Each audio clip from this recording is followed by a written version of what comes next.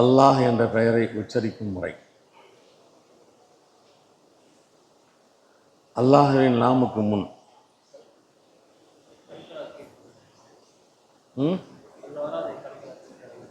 எப்படி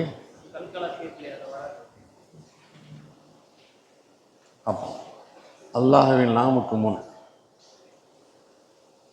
ஃபத்ஹா ஜபர் அல்லது லம்மா பேஷ் இருந்தார். அந்த லாமை வாய் நிரம்ப மொத்தமாக உச்சரிக்க வேண்டும். قال الله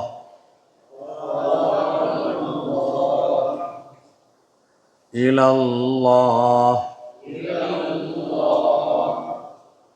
أراد الله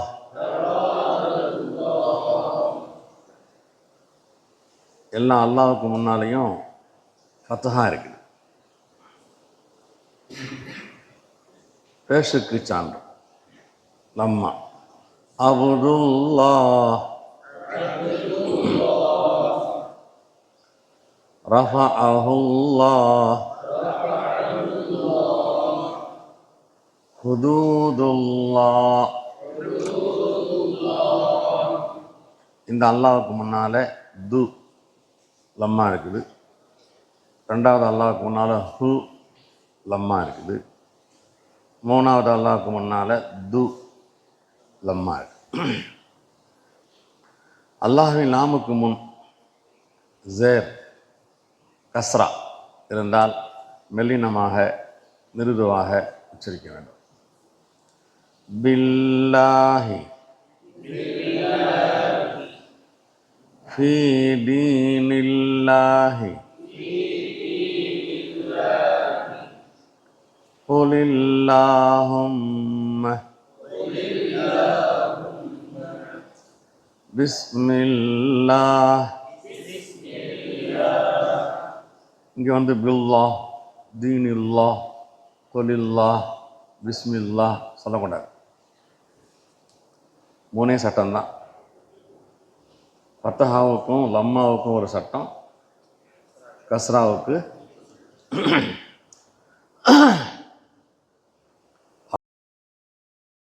படம் 11 கமரியா அலிஃப்லாம் ஷம்சியா அலிஃப்லாம்.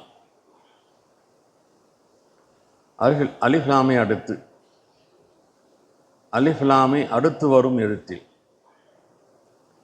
ஷத்து போடப்பட்டிருந்தால் அந்த அலிஃப்லாமை அல்லது லாமை உச்சரிக்கக்கூடாது. இதை ஷம்சியா அலிஃப்லாம் என கூறுவர்.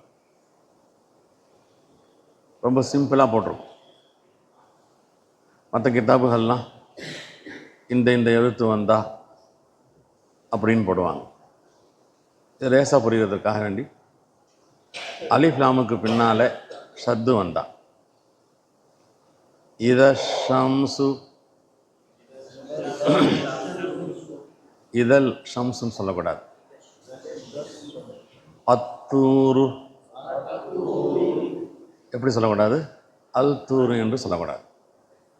வஸ்ஸவாபு அத்துஆஉ அர்ரஹ்மானு அர்ரஹீமு அஸ்ஸிக்ரா. இந்த ஷத்துக்கு முன்னால் இருக்கிற அலிஃப்லாம் சைலண்ட். இதுதான் ரொம்ப லேசான அடையாளம். அலிஃப்லாமுக்கு பின்னால் இருக்கிற இடத்துல ஷத்து இருந்தால் அந்த அலிஃப்லாம் உச்சரிக்கப்படக்கூடாது. அலிஃப்லாமை அடுத்து வரும் இடத்தில் ஹரக்கத் இருந்தால்